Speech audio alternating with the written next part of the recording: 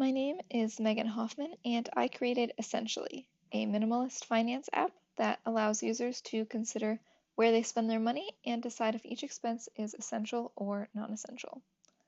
I have no background in fintech, but I chose to create a fintech-based app for the same reasons that I chose to study math and enroll in Hackbright. I was intrigued by the magic, I wanted to learn new things, and I wanted to challenge myself. The create accounts portion of Essentially is my favorite part because I fell into a deep user validation and security hole, and this is where all of the cool API calls happen.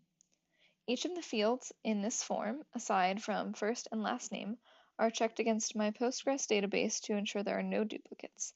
I used regular expressions to ensure that a valid email address, password, and phone number are used, and I used bcrypt to store hashed and salted passwords in a separate database table for security purposes. When a user account is created in my database, a Finicity test user account is created simultaneously. Finicity is an API that allowed me to mimic the link between a user and a bank.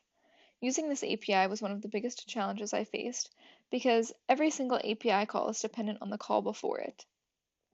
Every step in the create account process that you see here is the result of an API call to search for and select a bank, collect and display the user's accounts, and gather all available transactions for that user, around 8 unique calls from start to finish, each providing a JSON response that I parsed on the backend and fed to the next API call. This page represents a login form for an actual bank and is currently serving as a placeholder. I plan on continuing to work on this project and hopefully implement OAuth to enable connectivity to actual banks. From here, all the transactions that have been loaded for a given user are displayed via Jinja, and tooltips denote how these arrows work. jQuery selectors plus AJAX calls allow the categorized transactions to disappear and be stored in the database, and when the user has finished, they are immediately redirected to a chart.js visual that displays the total amount of money spent on each category. From here, the user can view the transactions they've already categorized, filter by category, and even change the category if needed.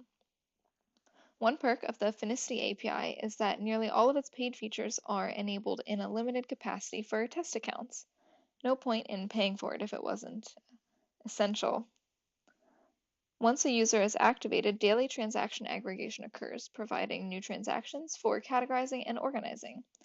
To supplement these transactions and provide enough to work with while building Essentially, I hard-coded a random number of transactions of random types and amounts for the user to see on their next login. Thanks for watching.